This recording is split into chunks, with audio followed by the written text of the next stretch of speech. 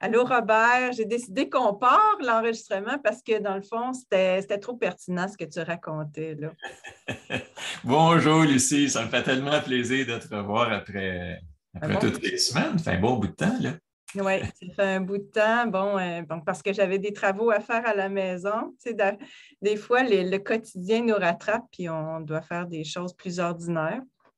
Mais je suis contente aussi de te revoir. Puis aujourd'hui, je me disais, j'aimerais ça qu'on parle ou qu'on parte plutôt de là où sont les gens de chez nous, tu sais, parce que là, ce qui se passe, c'est qu'on a enlevé les masques, mais comme tu me le disais tantôt, il y a peut-être une fatigue accumulée qui fait qu'on vit des hauts et des bas. Et la question pour moi, c'est toujours comment on peut faire, toi et moi, pour aider, pour accompagner les gens, les éclairer. Puis, entre autres, on parlait de choses très positives dont on pourrait parler aujourd'hui. Alors, si je commençais par te demander comment vas-tu? Moi, je vais bien, là, tu sais, mais comme je disais, là, il y a des hauts, des bas. Il faut aimer les vagues, hein. Il faut aimer les vagues, c'est bon.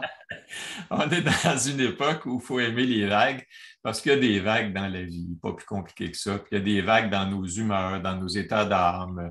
Puis des fois, mais il faut observer quand on va moins bien, qu'est-ce qui fait que je vais moins bien?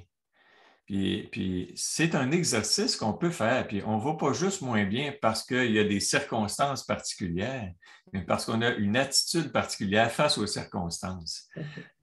C'est comme je te disais, c'est un peu comme si avant d'aller à la faculté de médecine, Oui. il m'avait mis devant moi là, tous les livres que j'aurais à lire, toutes les connaissances que j'aurais à acquérir pendant les 5 prochaines années, là.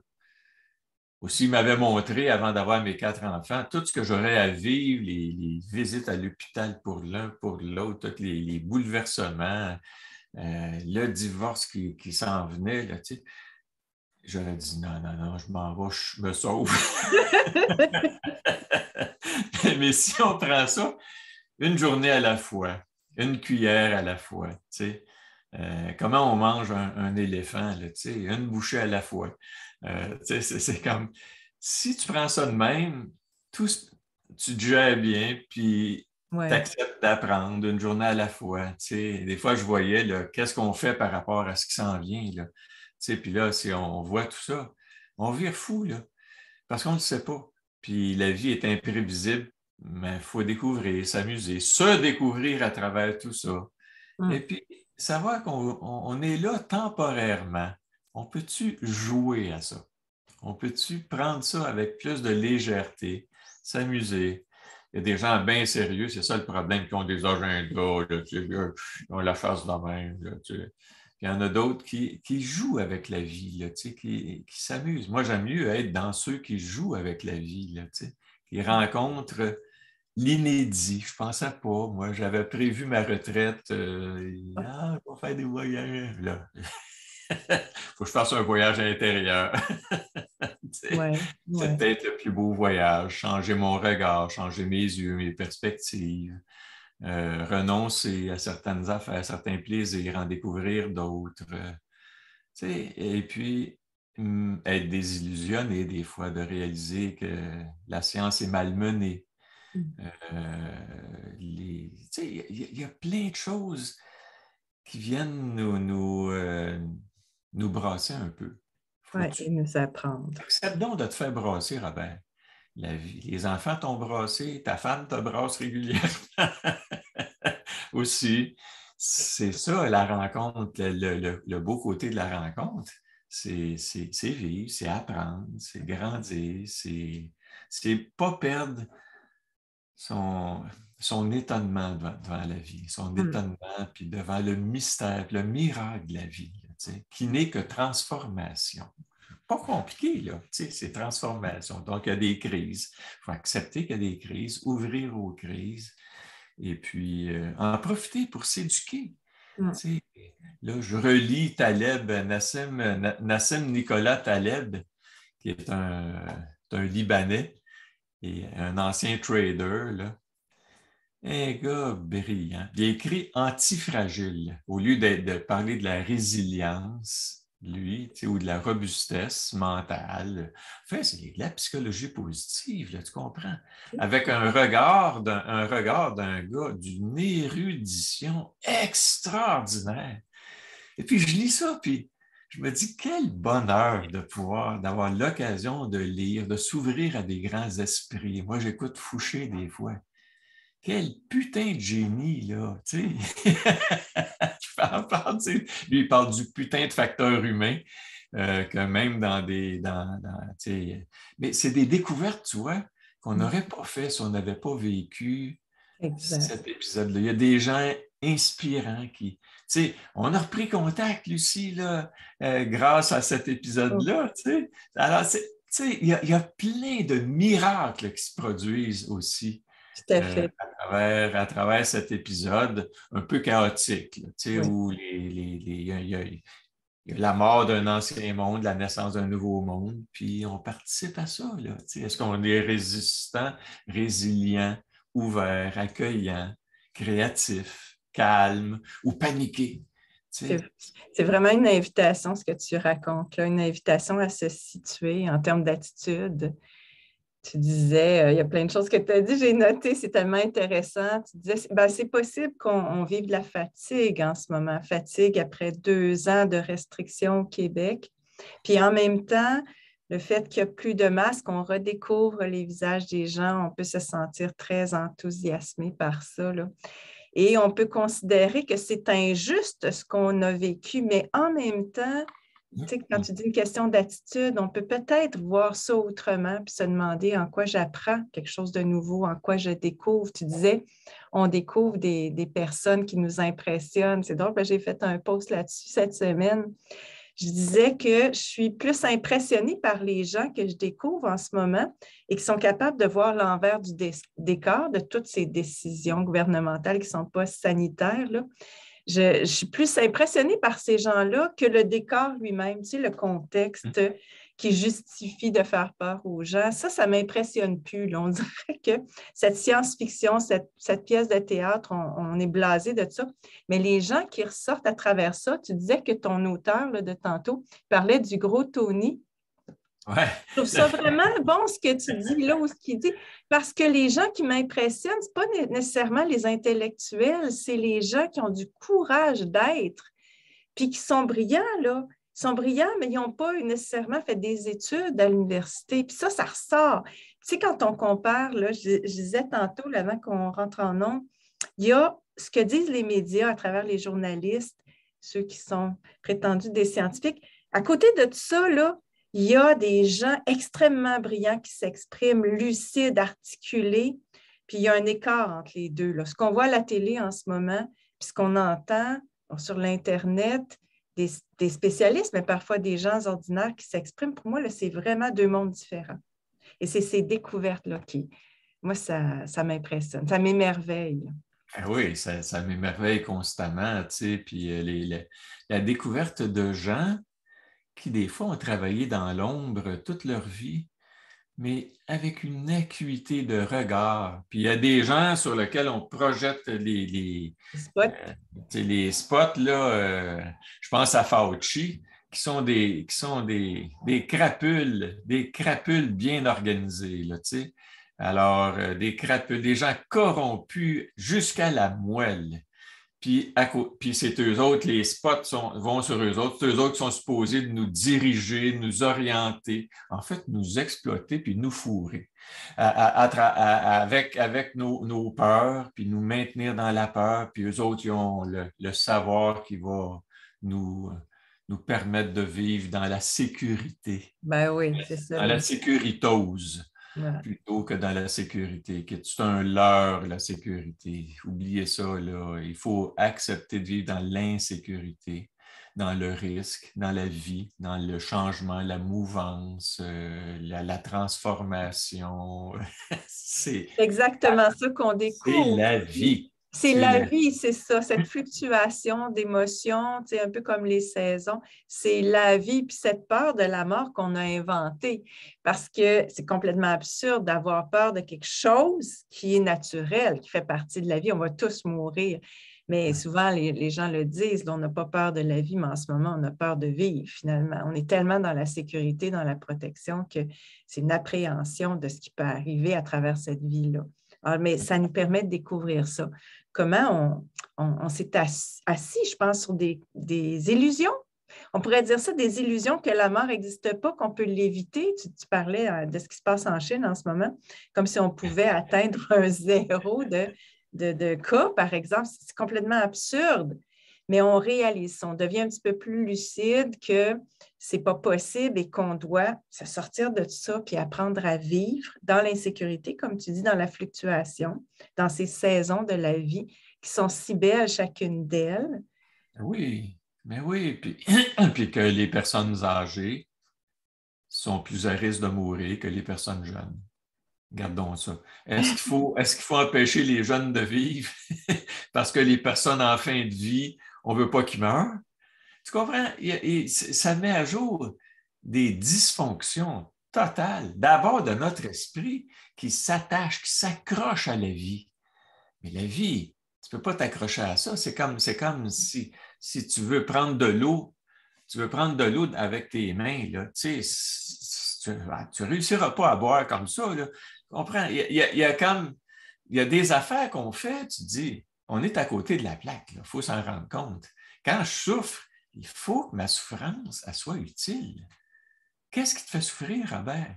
Bien, c'est ça, c'est l'anticipation. C'est le fait de voir trop longtemps à l'avance qu'est-ce qui pourrait arriver, qu'est-ce qui va arriver, plutôt que de prendre ça une journée à la fois. Là, il ne se passe pas trop d'affaires, profitons-en pour aller dehors, aller au jardin botanique, profiter des fleurs. On dit, oui, mais ils vont peut-être nous enlever ça en septembre, ils vont peut-être recommencer. Ouais. Bon, en septembre, on vivra ce qui se passera en septembre, puis on trouvera peut-être notre bonheur ailleurs. Pour le moment, c'est là. Profitons-en. Enjoy the show. Qu'est-ce qu'on peut profiter? De quoi peut-on profiter dans l'ici maintenant? Et puis arrêter d'anticiper. Prévoir, ça va. Prévenir, on peut prévenir certaines affaires, mais on ne préviendra pas la mort, on ne préviendra pas le vieillissement puis la maladie, parce que ça va arriver, là, un jour ou l'autre. Là, exact. alors, comment on fait pour bien vivre cette journée? Cette journée, puis je suis contente de t'entendre parler du jardin botanique. Je sais que c'est un lieu que tu aimes beaucoup.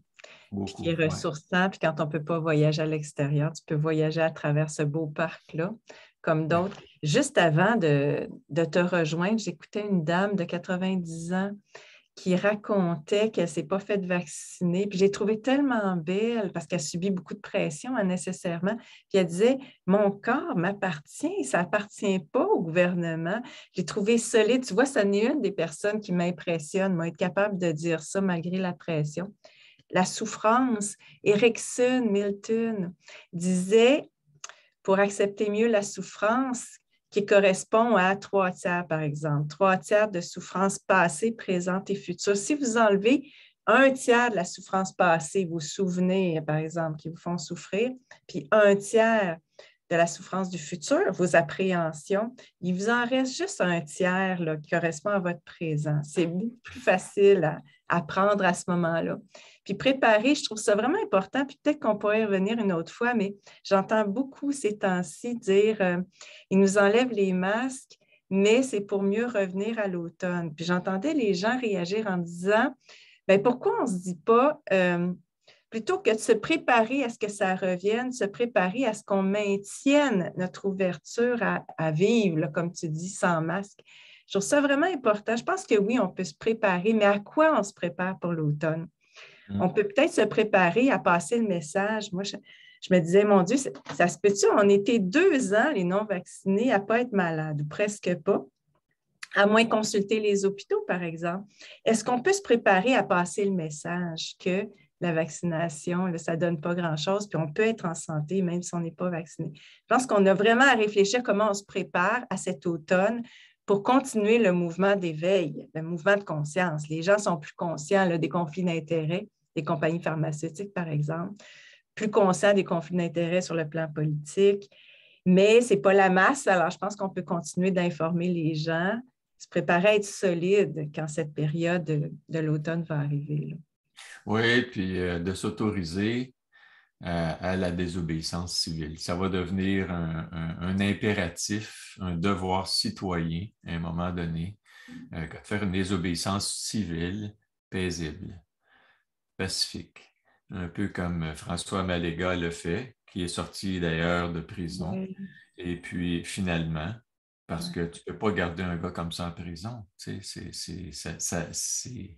c'est la preuve que le système judiciaire est complètement dysfonctionnel lui aussi. Quand tu gardes quelqu'un d'aussi paisible que lui, qui est animé par un désir d'aider, un désir de... Puis tu peux contester les moyens. Chacun peut dire, moi, je n'aurais pas utilisé ce moyen-là. Mais les valeurs qui animent cet homme-là, écoute-moi bien, c'est ces valeurs-là qu'il faut faire vivre dans la société. C'est le respect, c'est la dignité, c'est la capacité de choisir, d'être responsable de ce qu'on fait, d'aller dans le sens de la liberté. La liberté, c'est de donner des choix, des options aux gens. Pas toutes les options tout le temps, mais de savoir qu'on a notre mot à dire sur ce qui nous arrive. Mhm. Et on a des outils à notre disposition, puis on peut se tromper en cours de route, puis s'amender, puis c'est ça la créativité. Si tu n'acceptes pas l'erreur, l'errance, tu ne peux pas créer. Tu peux Ouais. pas, tu es enfermé dans ton rôle. Tu es un docteur, mettons. Moi, je suis sorti de mon bureau à un moment donné, puis j'ai erré. Puis il m'a dit, j'ai eu peur aussi, qu'est-ce que je fais? Je suis en train de démolir ce que j'ai construit. Puis, j'ai eu mes périodes de doute. Il faut accepter qu'il y a du doute. Je prends-tu la bonne décision? Qu'est-ce qui m'anime? Mais si c'est un souci d'aider efficacement, d'être cohérent avec ses valeurs, ça nous mène à la bonne place. Puis quand je regarde les gens qui m'impressionnent, puis il y en a là, qui émergent, ils m'impressionnent, qu'est-ce qu'ils font? Ils ont d'abord ce souci de cohérence, de goûter, de savourer la vie, de vivre avec passion, avec joie, avec bonheur. Et puis accepter des fois, me suis planté. Là, ce que j'ai dit là je le regrette. Puis, C'est tellement important ce que tu dis. J'ai aimé ton mot errance parce que, tu sais, erreur, errance.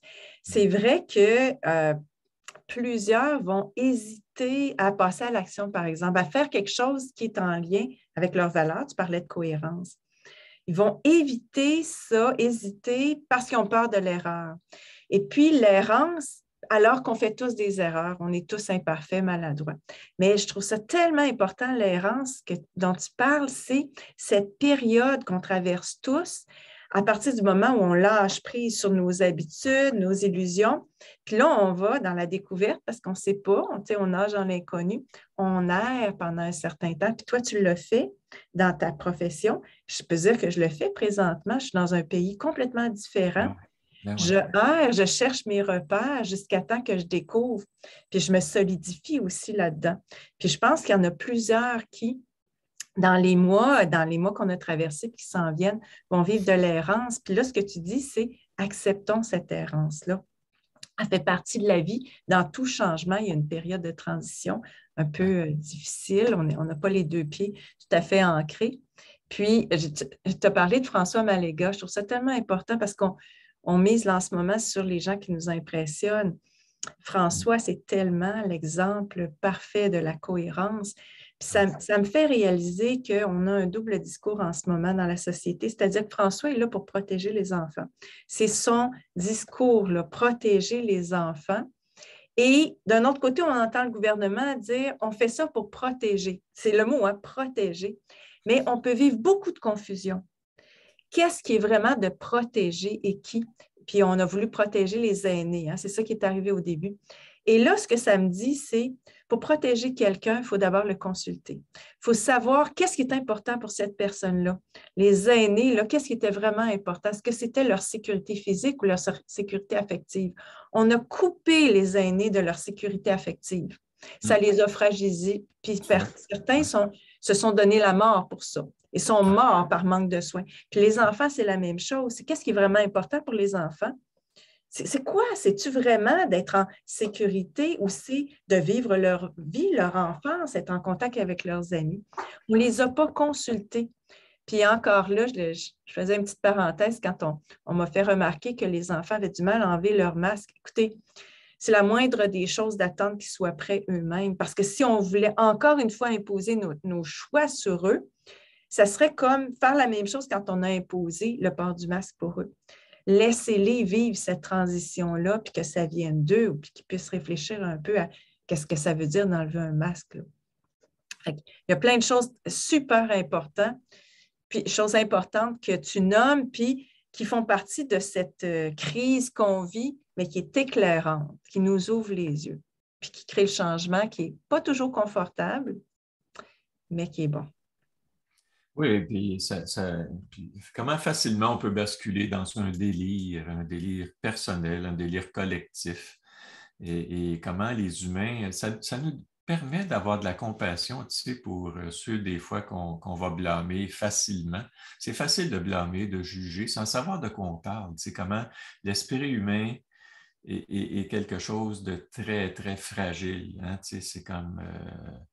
c'est un outil merveilleux si on apprend à s'en servir. Mais trop souvent, on est dans le délire, puis si tout le monde est dans le délire, on se raconte des histoires. Les Juifs, c'est eux autres qu'il faut... Le danger, c'est les Juifs. Le danger, c'est les non-vaccinés. On fabrique chez des gens, là, tu sais, on leur rentre dans la tête. Là, tu sais. C'est possible de rentrer, d'imposer, d'implanter une idée toxique qui va faire qu'on ne se reconnaît pas. Écoute, je me promène au jardin botanique récemment et puis je revois des gens que je n'ai pas vus depuis 2 ans. Okay. Un couple. On est allé manger souvent chez eux. Lui, c'est un ingénieur. Elle, c'est une ex-collègue de ma conjointe. Et puis, on se dirige vers l'insectarium, qui est une merveille. Aller à l'insectarium de Montréal, c'est d'une beauté, là. Tu sais, puis la diversité des insectes, là. La variété, l'intelligence qui habite la nature, là, c'est éclatant. Alors, vous allez tomber à genoux. Là. Tiens, moi, j'ai broyé, là, mais tu sais comment je suis broyant. Alors, j'étais là devant le miracle de la vie. Hein? C'est le miracle de la vie dans toute sa diversité et sa beauté. Là, tu sais. Mais entre-temps, on rencontre donc ce couple d'amis-là. Et puis, moi, tu sais, « Hey, allô, salut François! » Il passe à côté de moi, comme s'il ne m'avait pas vu, comme si... Et puis, j'entends la voix de son ami, elle commence à jaser, puis lui, il est en arrière de moi, moi, je suis pris entre les deux, tu sais, et je suis saisi d'étonnement. Tu sais, comme si il ne veut pas me voir, il ne veut pas me parler, il ne m'a pas dit un mot, il ne m'a pas regardé, il ne m'a pas adressé un regard. Et je me dis, tu sais, qu'est-ce qui se passe là? J'ai été sidéré là, de voir quelqu'un qu'on a accueilli chez nous, là. Puis on n'a pas eu de problème ensemble, tu sais, on n'a rien eu, là. C'est juste que probablement qu'il me considère comme un ennemi, qu'il me voit comme il a peut-être lu quelques affaires, écouté quelques affaires avec lesquelles il ne partage pas nécessairement le même regard, la même perception. Donc, il se sent étranger ou il s'est mis étranger. Alors, tu vois, à la fois, il y a des choses qui nous éblouissent, puis il y a des choses qui nous étonnent aussi. Mais je me dis, cet homme-là est influencé, est possédé, dans le fond. Il est possédé par la peur. Où il y a de l'amour, où il y a de la peur. Puis quand il y a de la peur de l'autre, la peur de la maladie, la peur de la mort, la peur de ci, la peur de ça, là, tu comprends? La peur de l'étranger, la peur d'une opinion différente, la peur de la diversité au lieu de l'accueil de la diversité, puis l'écoute, puis tu sais, être « Ah, regardons ça, il y a une autre façon de voir une réalité. » Puis ça, c'est libérateur, ou ça te contracte, ou ça te dilate. Oui, c'est ça. Ou ça t'amène dans la méfiance, ou ça t'amène dans l'émancipation, l'accueil. Alors, tu vois, ça nous permet de découvrir des gens, des côtés de certaines personnes. Et des fois, c'est affligeant, puis des fois, c'est réconfortant. Alors, essayons de nous trouver du monde réconfortant. Oui, Puis c'est disons, ça. lui, pour le moment, il n'est pas accessible. Je lui ai écrit suite à ça. Ah oui. Ah oui, je lui ai écrit parce que je lui ai dit, qu'est-ce qui se passe? Pourquoi il y a eu cette attitude-là, ce qui était franchement hostile? Tu sais, c'est comme si j'étais je ne sais pas quoi, là. Tu sais, je sais pas, il m'a enfermé dans une boîte. Mm. Puis pendant que ma conjointe était en train de partager quelques paroles avec son ami, lui était là, viens, un peu comme si Ah oui, hey, OK. on ne transige pas avec l'ennemi, là, Ah oui. tu sais. Ah, Alors, j'ai écrit, je n'ai pas eu de réponse, c'est déjà une réponse, oui. tu sais, alors, à la fois, il y a du tragique. Ben, enfin, c'est pas si tragique que ça. Tu sais, Moi, j'ai les mots de Georges Buquet dans la tête. On s'attache au sein, mais c'est du lait dont on a besoin. Oui, Hein? Alors, c'est d'amitié dont on a besoin. Puis l'amitié, c'est ouvert, c'est accueillant, tu sais, c'est réceptif. Tu sais. On se rend compte. Tu sais. On oui. on est devenus amis avec cette situation-là. Et puis, c'est toujours un bonheur de se rencontrer. Ça va être vraiment intéressant de voir comment on va pouvoir créer des réconciliations, des retrouvailles. Oui, Puis cet ami-là, je peux comprendre qu'il y a une peur, tu sais, il a eu peur pendant 2 ans, il y a une peur de ce que tu pourrais peut-être lui apprendre.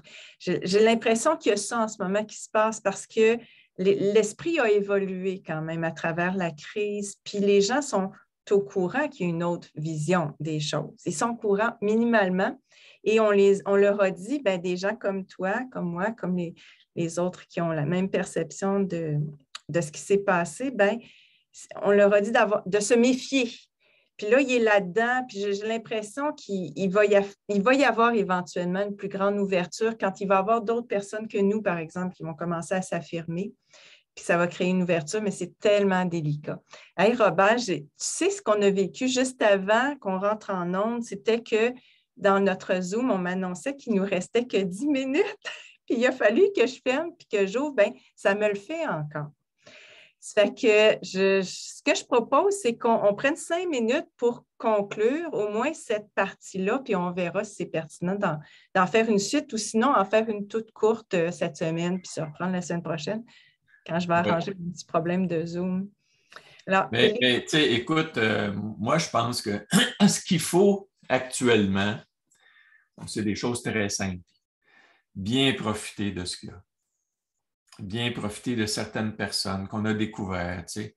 Découvrir des gens qui sont intéressants, qui sont intelligents, qui sont ouverts, qui sont curieux, qui ont envie de profiter de cette crise-là pour mettre à jour leurs propres difficultés et puis devenir plus confiant dans la vie. Pas juste confiant dans le gouvernement, confiant dans un docteur, confiant dans un sauveur, mais confiant qu'il y a des ressources en dedans, puis il y a des ressources en dehors, il y a du monde fin, il y a du monde avec lesquels on est bien, naturellement bien, puis il y a du monde avec lesquels on marche sur des œufs, oui. on peut prendre une certaine distance avec certaines personnes. On peut se rapprocher d'autres personnes avec lesquelles il y a quelque chose de nourrissant, il y a quelque chose de réconfortant, de rassurant.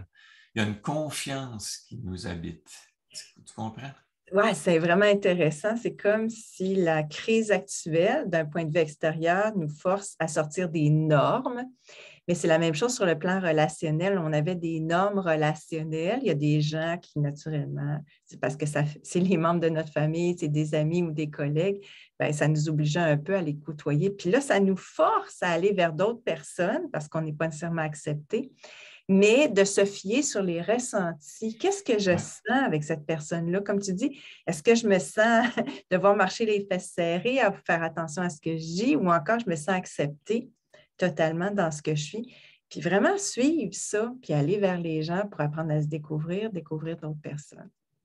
Oui, puis tu sais, la réconciliation est possible avec certaines personnes, puis avec d'autres, ça va être plus long, ou il n'y en aura pas, il y aura un deuil à assumer, à accepter de certaines personnes qui nous ont démonisés, qui nous ont, puis envers lesquelles, moi, je peux dire, je suis désolé si j'ai provoquer des malaises. C'est pas mon intention, c'est pas de provoquer des malaises, mais ça se peut que ma prise de position, des fois, des fois, j'ai été habité par une colère que j'avais de la difficulté à contenir, par une indignation qui est venue ça n'a pas de bon sens que le Collège des médecins agisse de cette façon-là, adhère à tout ça, impose la vaccination expérimentale à tous ses membres, sans lesquels les compétences que tu as développées sont complètement abolies.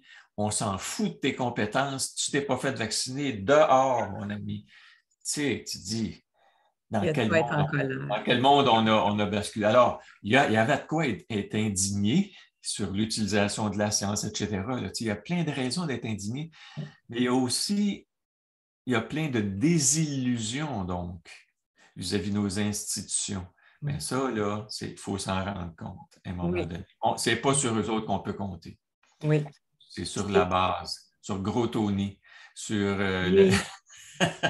l'entrepreneur, les gens courageux, les gens curieux, les gens créatifs, tu sais. Cette distinction-là, elle nous réunit, c'est-à-dire si on regarde les institutions comme étant responsables de la division, on va dire ça comme ça, d'institutions politiques, médicales, sur le plan de la justice.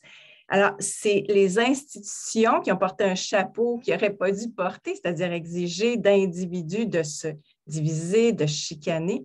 Ça peut nous permettre de nous retrouver. Moi, j'ai vécu une belle expérience là, ces 2 semaines précédente, j'étais avec une personne vaccinée et cette personne s'est faite vacciner pour aller voir sa mère, ce que je trouvais, je trouve qu'elle a un grand cœur. Mais on a vraiment pu se parler, puis pas se parler nécessairement du virus, mais construire ensemble. Alors, c'est possible parce qu'il y a vraiment plusieurs personnes qui se sont faites vacciner pour les mauvaises raisons. Et ces gens-là peuvent être ouverts à cette réconciliation. J'ai envie de te dire, quels sont les mots de la fin? On va arrêter là. Ce sera une très courte vidéo. Profitez de la journée. Profitez de la journée, de cette rencontre. Quand il y a de la pluie, profitez de la pluie. Quand il y a du soleil, profitez du soleil. Mettez-vous en lien. Mettez-vous en lien avec du monde plaisant. Il y en a plein du monde plaisant là, autour de nous autres. Des gens inspirants, réconfortants. On va parler de ça la prochaine fois. Les gens qui nous ont inspirés, les belles découvertes de cette...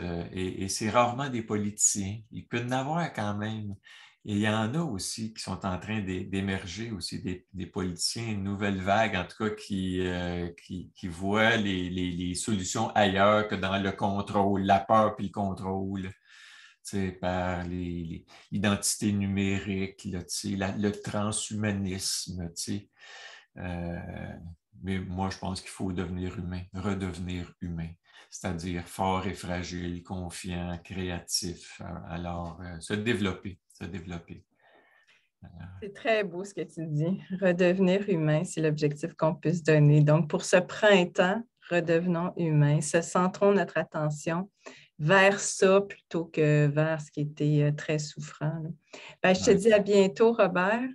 Quand les humains sont inconfortables, allez dans la nature. La nature est accueillante et réceptive et miraculeuse. Nous parle. Ça nous rend heureux juste d'être là, juste d'être présent puis dire, regarde ça, il y a une abondance qui nous entoure. Là, de beauté, de générosité. Il n'y a pas plus généreux qu'une tulipe. Là. Tu sais, les tulipes. Là. Exact. Quand on ne trouve pas un réconfort, une ouverture chez les humains, on va trouver ça dans la nature. Ça, c'est clair. Voilà. Et je te dis à bientôt. À très bientôt, bien oui. Merci d'avoir été là. Oui, et puis on continue notre exploration des solutions à apporter.